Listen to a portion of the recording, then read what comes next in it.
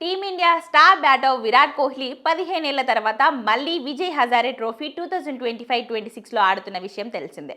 బెంగళూరు వేదికగా బుధవారం ఆంధ్రతో జరిగిన మ్యాచ్లో ఢిల్లీ తరపున బరిలోకి దిగాడు కోహ్లీ.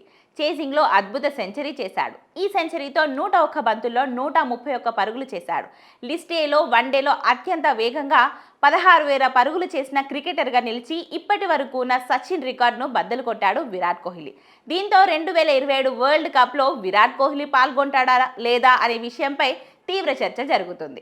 ఈ నేపథ్యంలో విజయ్ హజారే ట్రోఫీలో తాజాగా కోహ్లీ చేసిన ప్రదర్శనపై అతడి చిన్ననాటి కోచ్ రాజ్ కుమార్ శర్మ ఆసక్తికర వ్యాఖ్యలు చేశాడు.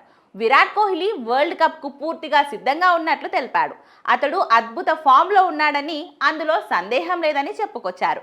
ఇటీవల దక్షిణాఫ్రికాతో జరిగిన వన్డే సిరీస్లో భారత్ తరపున అతడు 2 సెంచరీలు చేశాడని ఆయన చెప్పారు.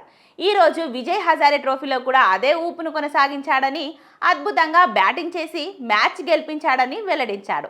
చాలా కాలం తర్వాత అతడు దేశవాళీ క్రికెట్లోకి తిరిగి వచ్చి నిజంగా ఒక అద్భుతమైన ఇన్నింగ్స్ ఆడాడని రాజ్ కుమార్ శర్మ చెప్పారు.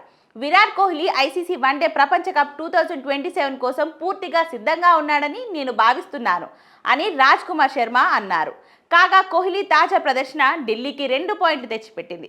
కాగా వరల్డ్ కప్ 2027కు ఇంకా దాదాపు 1.5 సంవత్సరం సమయం ఉంది.